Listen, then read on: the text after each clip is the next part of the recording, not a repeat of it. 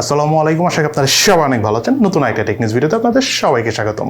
আমাদের আজকে দিনে বেশ কিছু ইম্পর্টেন্ট টেকনিক্স রয়েছে। তার মধ্যে নাম্বার 1 টেকনিক্সটা হলো রেডমি 10 পাওয়ার মোবাইলটা স্ন্যাপড্রাগনের 680 প্রসেসরের পাশাপাশি 8GB র্যাম দিয়ে ইন্ডিয়ান মার্কেটে 15,000 রুপির মধ্যে লঞ্চ হয়েছে। প্রাইসটা অবশ্যই একটু বেশি মনে হচ্ছে, যদিও তারা 8GB র্যাম দিয়েছে দেখে প্রাইসটা একটু বেশি রেখেছে। এবং অন্যতম প্রধান কারণ প্রাইস বেশি রাখার সেটা হলো স্ন্যাপড্রাগনের 680 প্রসেসর।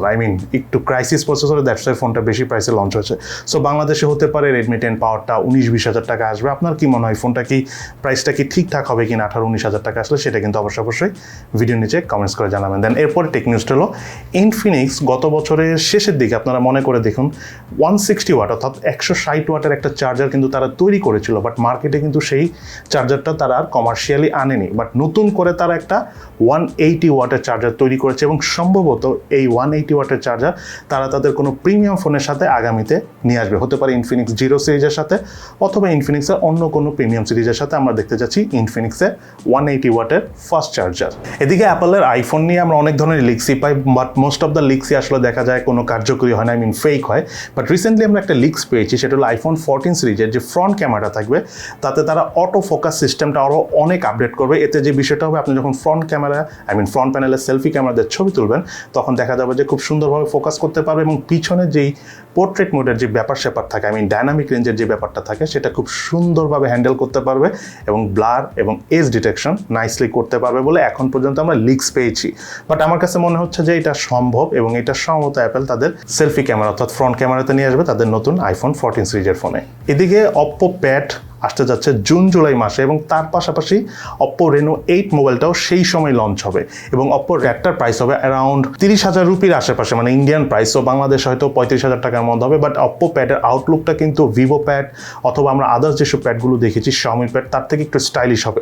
অনেকের কাছে একটু মেইলি টাইপ মনে হতে পারে, বাট আমার কাছে ওভারঅল বেশ একটু পশ মনে হয়েছে। দেখা যাক আসলে কেমন হয়। বাট কনফিগারেশন নিয়ে আমরা এখনো ডিটেলস জানি না।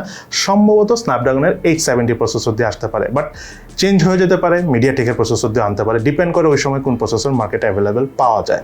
এদিকে সনির IMX এর নতুন একটি ক্যামেরা সেন্সরের ব্যাপারে আমরা হালকা পাতলা লিক্স পেয়েছি, সেটা হলো সনি IMX এর 989 সেন্সরটি।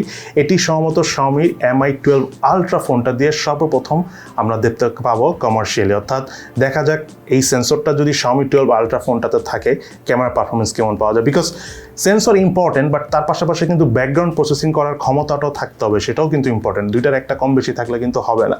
So Mi11 ultra camera performance আমরা যথেষ্ট ভালো দেখিয়েছিলাম অ্যাজ এ শাওমি ফোন হিসাবে, অ্যাজ এ প্রিমিয়াম ফোন হিসাবেও। বাট এবার যদি শাওমি Mi12 আলট্রাতে এই 989 সনির IMX এর এই সেন্সরটা দিয়ে আনা হয়, লেটস সি, এমনও হতে পারে আমরা অনেক ভালো ফটোগ্রাফি পারফরমেন্স পাবো। এবং আমাদের আজকের দিনের সর্বশেষ দুটি টেক নিউজের মধ্যে একটি হলো রেডমি নোট 11 এর অলমোস্ট 90% কার্বন কপি হিসাবে বাংলাদেশ মার্কেটে এসেছে রেডমি 10C মোবাইলটি। এবং এই ফোনটার প্রাইস হলো 4GB র্যাম 64GB স্টোরেজ ভেরিয়েন্টের 12,999 টাকা এবং 4GB র্যাম 128GB স্টোরেজ ভেরিয়েন্টের প্রাইস হলো 13,999 টাকা, অর্থাৎ 14,000 টাকা। এই ফোনটা কিন্তু রেডমি নোট 11 এর মতো same processor, same camera configuration, এছাড়া অলমোস্ট সব কিছুই সেম, যা ডিসপ্লেতে একটু চেঞ্জ রয়েছে। কিন্তু রেডমি নোট 11 এর থেকে রেডমি 10C ডিসপ্লে সাইজ কিন্তু একটু বড়। এছাড়া বাদবাকি অলমোস্ট সব কিছু রেডমি নোট 11 মতো। Very interesting. আই থিঙ্ক এই বাজেটে রাইট নাও যদি স্পেসিফিকেশনের কথা বলি তাহলে রেডমি 10C কিন্তু সব দিক থেকেই এগিয়ে থাকবে বাজারে অন্যান্য মোবাইলের থেকে, বাংলাদেশ মার্কেটে। এবং আমাদের আজকের দিনের সর্বশেষ টেকনিক্সটা হলো ইনফিনিক্সের নোট 12 নামক নতুন একটি ফোন বাংলাদেশ মার্কেটে এই মাসেরই 24-25 তারিখে লঞ্চ হতে যাচ্ছে, যাতে প্রসেসর হিসাবে থাকবে Mediatek Helio G88 প্রসেসর এবং তার পাশাপাশি ডিসপ্লেতে থাকবে 6.71 ইঞ্চি সাইজের বা 6.7 ইঞ্চি সাইজের। বাট বাংলাদেশ মার্কেটে কিন্তু ইনফিনিক্স হট 12 এই ফোনটারও কিন্তু আসার কথা রয়েছিল এই মাসের 24-25 তারিখ। বাট হট 12 ফোনটা আসবে ঈদের পরপর। ঈদের আগে আমরা ইনফিনিক্স নোট 12 ফোনটা দেখতে পাবো এবং ইনফিনিক্স নোট 12 ফোনটারও আমরা রিভিউ ভিডিও ইনশাল্লাহ যেদিন লঞ্চ হবে সেদিনই আপনাদের জন্য নিয়ে আসবো। সো সবাই ভালো থাকেন, সুস্থ থাকেন, ইনশাল্লাহ দেখা হবে ফিউচারে।